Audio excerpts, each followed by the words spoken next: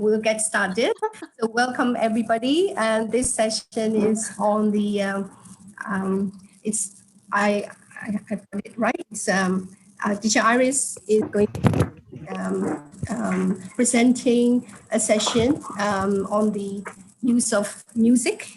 Right? Is it effective use of music in the young learner classroom? Yeah? Yes. Right. I think Teacher Iris doesn't need any introduction, but anyway, I would just like to say a few words. Iris is now based in Thailand, right? She is the trainer as well as the.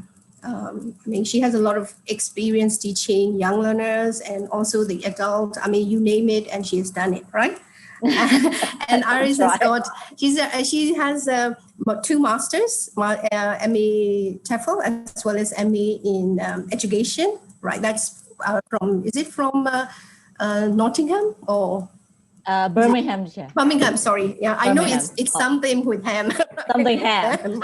Something with ham in the end. So we used to work together at the Teaching Center British Council here in Myanmar, but now she is with the British Council Bangkok.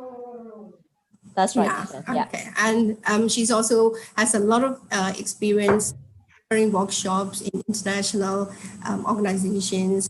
Done like IATFL, right? Thai TESOL and loads, right? So I think she doesn't need much introduction. So I'll just hand over to you now, Iris. Okay? Thank you. But sorry, before we start, can I just mention, please, you should turn off the what other devices, right? And also try to, if you have any questions, please write in the chat. Okay? Thank you. Yeah, over to you, Iris. Thank you to share. So I can share, yeah. Yes, sure. You are the host. You're also the host.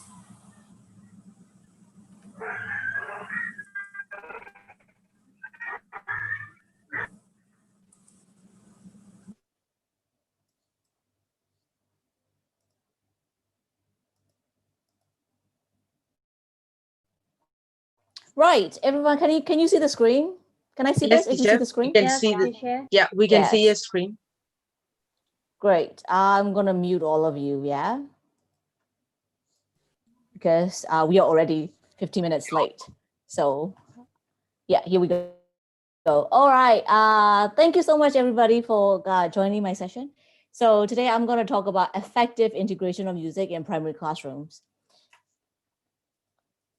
Well, you can go check out my LinkedIn profile if you want to know more about my work experience and education. I'm not going to say this here. And then this is my Facebook page.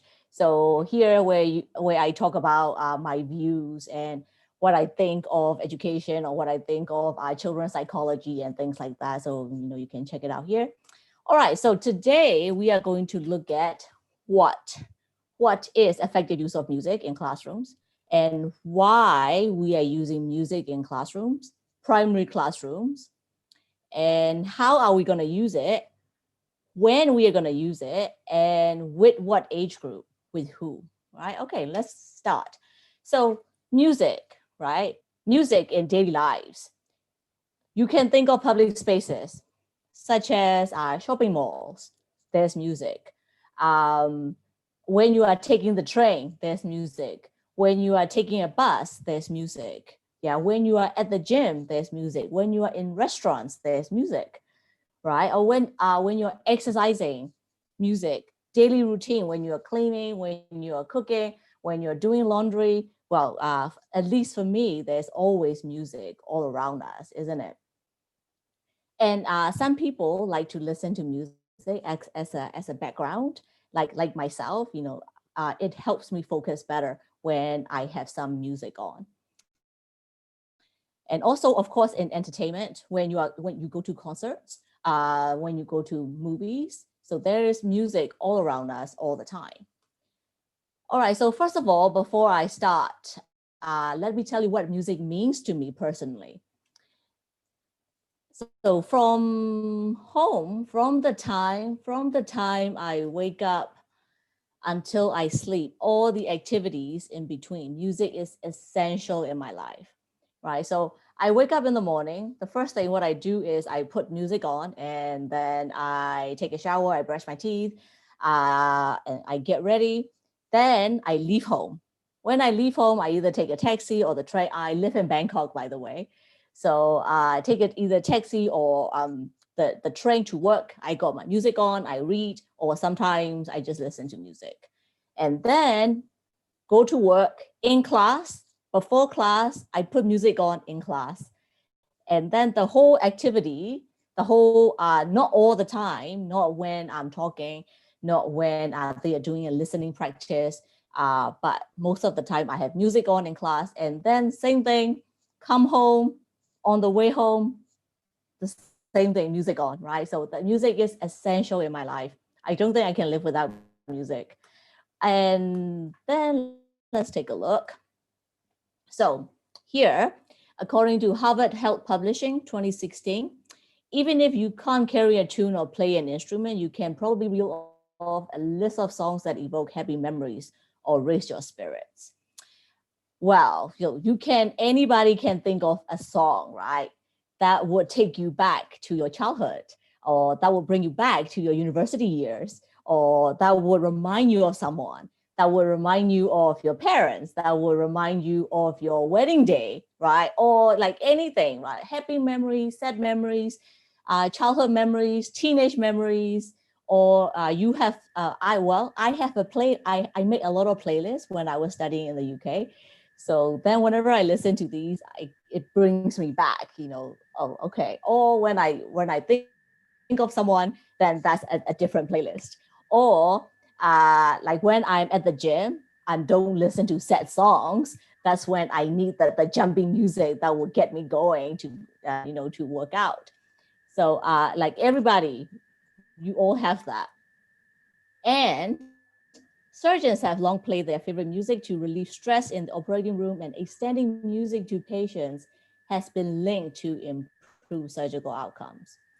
So I didn't say this, right? This is from Harvard Health Publishing. So surgeons have done that, and then dentists have done that. So to calm them, also the patients, because the patients are freaking out, right? So when they have the music on, it somehow suits them, patients and also surgeons. Right, so the healing powers of vibrations. According to Oliver Sacks, MD, a neurologist, he said nothing activates the brain so extensively as music. And there are a lot of studies, such as ADHD children, they are hyperactivity, that they cannot sit down, they are jumping off the walls, bouncing off the walls, or they are people who got like terrible head injury, and then they cannot speak anymore. So then there are a lot of speech therapies and then music therapy. So people who cannot even speak anymore, with the use of music, the music therapy, and these people start to gain speech again. So, I'm building up my case to show that like how music is important and essential and healing. All right, so now I'm moving on to why are we going to use it in primary classrooms, why we need to do this with our children. Let me tell you a little bit about the whole child approach. So the whole child approach, before that, so when you look at all our syllabi, curriculum, no one put in as essential skills. So we have, okay, English, right? Reading, writing, listening, speaking. Okay, 4 skills. That's it. And then the other ones are not included. But to be able to learn, so the recent studies have shown that to be able to do proper learning, children need this. First of all, healthy. Children need to be healthy physically and mentally. And safe, again, children needs to feel safe, and children are safe. So for us, right, us as in Myanmar students and Thai students, we are not at war. So no one's going to come and shoot the children, right? If they do that, that means they are not physically safe, right? For us, like we are so lucky we don't have that. So here, physically safe means having tables and chairs that are we don't have sharp objects where they will break their legs or cut open their head, right? That is physically safe. Mentally safe means we need to have a space. We need to create a safe space for our children, as in like no bullying. If we see some other kids have like bullying tendencies, we have to make a stop, right? So that is like physically and mentally safe. And engaged, here engaged doesn't mean like you put a ring on the kids, right?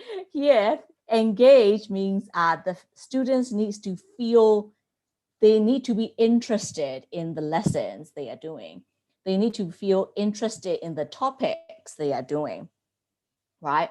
So for example, if you are teaching writing emails to 7-year-old kid, no, they won't be interested in it. So that's where you have to think of topics that they are interested in. So tomorrow I have classes, we are doing Christmas activities. I cannot do the same Christmas activity with a 7-year-old with the same activities with 11-year-old. I cannot. So tomorrow I'm doing Rudolph the red-nosed reindeer. So yeah, we're going to be singing and whatever doing with 7-year-olds and 8-year-olds, okay. But I cannot do it with 11-year-olds. I have to do, again, Rudolph is the same thing, but I'm doing about bullying because I feel that poor Rudolph was bullied because of the red nose. So again, you need to find, like you need to make the kids engaged and supported. Here, not only physical support and physical support as in if a kid cannot see the board, like you write it bigger, like their voice is heard, you write bigger or you move them closer to the board. And also another way of like tiny ones, like feeling supported as in so my kids love to watch Mr. Bean during the break. So sometimes I ask them, okay, what do you want to do? Do you want to watch Mr. Bean or do you want to play games? Sometimes they choose like play games. Okay, all right, you play games. Sometimes they choose Mr. Bean. So again, like they're having their voices heard. So that is supported. And last one is feeling challenged. So here, when you give, all right, how can I say it in a short way? So feeling challenged is if children needs, if the lesson is too easy for them, they are like, oh, we already know this. Like, why are we doing this? Then, they are not interested anymore. They don't feel challenged. Or if the lesson is too difficult for their level, then they give up. Then they're like, all right, I can't do this. No more. So they just shut it. So they don't feel challenged. So then as teachers, we need to balance it, right? So it's a whole child approach. All right, so, okay. The whole child approach is done. Next part. I will let you read for a bit while I'm drinking.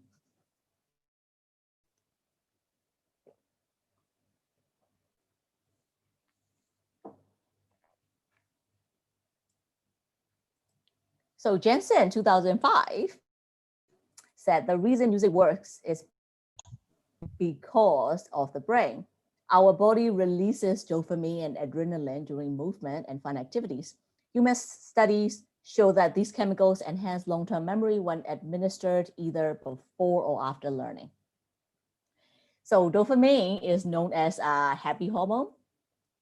And then adrenaline, you get adrenaline when you're excited, and you get adrenaline when you're scared as well. But in this case, when they are excited. So here, what it means, like before and after learning, let me give you a little example of how I do it with my kids. So before they play games, like although we call them games, actually they are like vocabulary game or grammar game, but actually we are just practicing. So I teach them new words, let's say 10 new words. So when you say 10 new words, don't forget, right? They need to feel challenged, but not too difficult. and you need to get them to engage as well. So when you do 10 words, 5 words are the ones they already know. They feel comfortable, they know already. And then 2 words that they kind of know, but not too sure, but they know, they've heard of it. And then you can only put in 3 new words, 3 totally new words, new meanings are totally new, right? So then they feel challenged and engaged. So they know it, like all of that, they know it. And then that's when, okay, let's play games. And then they start playing games, vocabulary games. And then maybe it could be matching the words with the pictures, or spelling, right? So I play music while they are doing it. So they associate the music, the happy music, and the learning, right? So that's when it creates a long-term memory when you do that. Okay, next one. And you might think like, oh, okay, well, so when do you use music, and what kind of music should be used in classrooms? For that one, again, let me give you my personal examples. So tomorrow morning at 8:45 on Saturday morning, I've got kids classes. I've got P2 classes. P2s are like 6, 7 years old, right? Imagine that, like kids are falling asleep, 8:30, 8:45 on Saturday morning. And tomorrow my class, I think I've got 12 kids and they are pretty quiet. So normally that class, I cannot start with like chill out yoga music. Then they're gonna fall asleep because they are normally very quiet. Then I start with those like, happy, like with happy beats, happy kind of music. And I play the music just before I was there. So they can hear the music coming from the class, and then they go in and I'm there with them at 8:45. And normally I give them like pretty calm activities, either like revision or coloring or some sort of like, something calm to do. So after 15 minutes, that's when we start the lesson. And then like throughout, I play music. It's when they are doing activities such as writing or project work. So then I play music all the time. Of course, like not when I'm talking or not when they are doing a listening activity, but always have some sort of like soft music in the background. But the class I'm doing on Sunday morning, I've got 16 kids, a lot of them boys, and they are bouncing off the walls already. That class, I cannot start with this jumpy music. If I do that, that's it. I lost them for 2 hours. They are not coming back. So I've tried that. So with them, I start with like sand music, the sound of the stream, and that sort of music. And after that, I do yoga with them. Yoga as in not like, flipping your legs over your head, like yoga when they will breathe, they're just still sitting down, breathe, and then like turn on the left, turn on the right, and put your arms up, and then like, just a little bit of that. So then when they are cool and calm, then I can teach them. So with that kind of class, like you need to know them, like what to do first with them. All right. So top 5 tips of using music into your classrooms. Number 1, use music to establish a positive learning space. Yeah, so like positive learning spaces, and again, don't forget the whole child approach, like all of them. So they will feel safe, they will feel challenged, they will feel supported, and then all that, and create a positive space for the kids. Yeah, through music. So things like when you start doing yoga, for example, you might think like, how are you doing this? Try it. Try to do it. And like, you don't even need to go and touch them and correct it. It's fine. just like for 10 minutes. Oh, they love it. And then inspire your students to release energy and tension throughout the day. So if you believe in those kind of things, like if you start the day with good music, with positive energy, your whole day will go smoothly, right? And especially I start the days with like 8:45 in the morning. So again, like music helps that. And hook your students with music when you kick off a new topic or lesson. This one, especially, okay, so for example, kids, like say P1, 5-6-year-olds. So you are teaching body parts. So everybody knows the song, like head, shoulders, knees and toes, head, shoulders, knees and toes, right? So that's music, right? That is music. So you can start with that. Or if you are teaching can, can't. So there is a song, and then please use YouTube, and it's free. There are just so many different types of music and genres and songs. So there is one song with it goes like this: little bird, can you clap? No, I can't. No, I can't. I can't clap. Little bird, can you fly? Yes, I can. Yes, I can. I can fly. So that, like, it's a hook, right? So when you do that, it's so like music. Why in every language, right? We start with music when we started learning Burmese, music and rhymes, right? Because it's catchy, it's easy to remember, and kids love, like we naturally, not kids, like we naturally love music as human beings. So that's what I mean by like hook your students on a new topic, and use music to enhance imagination. Again, let me just go back to the song of like birds clap. No, they cannot. Okay, what about elephants fly? No, they cannot. But then in there, kids have bigger, more vibrant creativity, right? More vibrant imagination, more than we do. So yeah, let music help them to do that. Okay, last one. If you know me from one way or another, or if you have seen my videos or whatever, like having fun is so important. Like for you teachers, you need to have fun, right? If the teacher is like, again, like, why am I doing this again?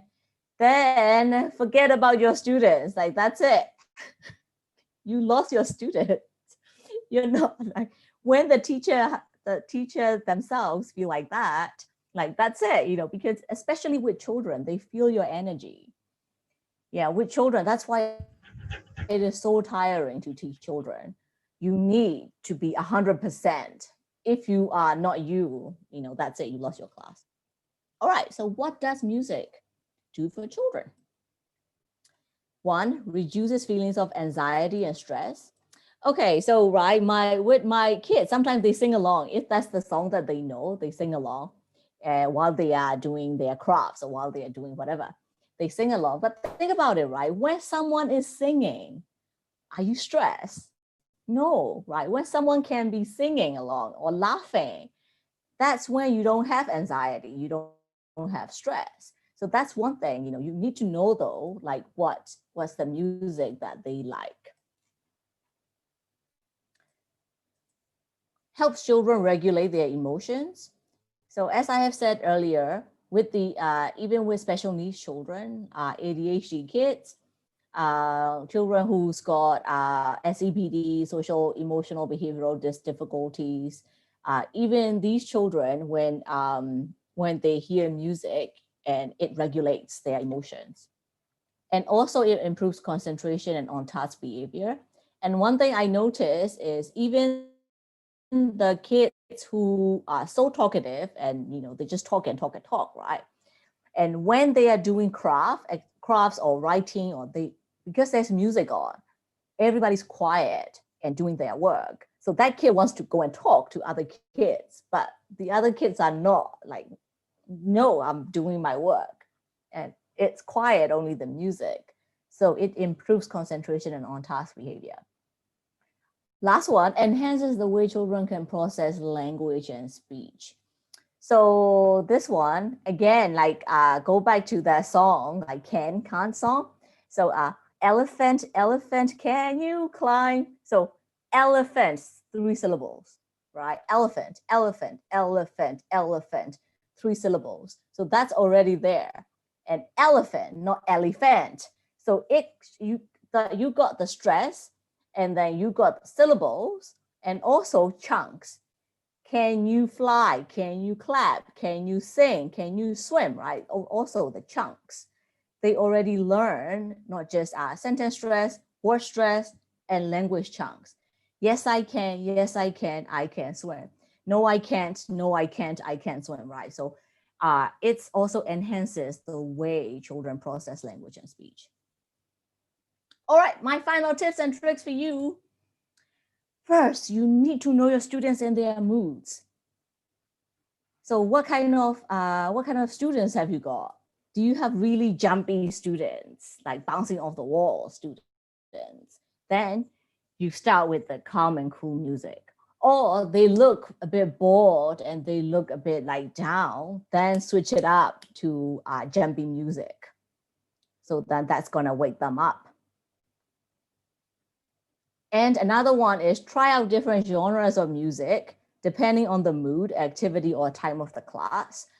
So again, you don't have to only use Taylor Swift, for example.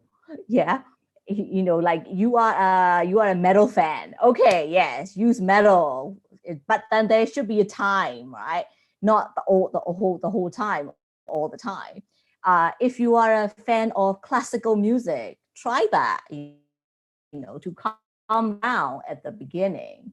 And Burmese classical music is actually really nice. I really love the harp music. So yeah, try that. Just depends on the different mood and activity, like whatever activity that they are doing. And most importantly, play something that you love. Again, I said, right, you need to love it because children, especially, okay, that means it's 25 minutes. Children, they take their energy, they can feel their energy. So please play something that you love.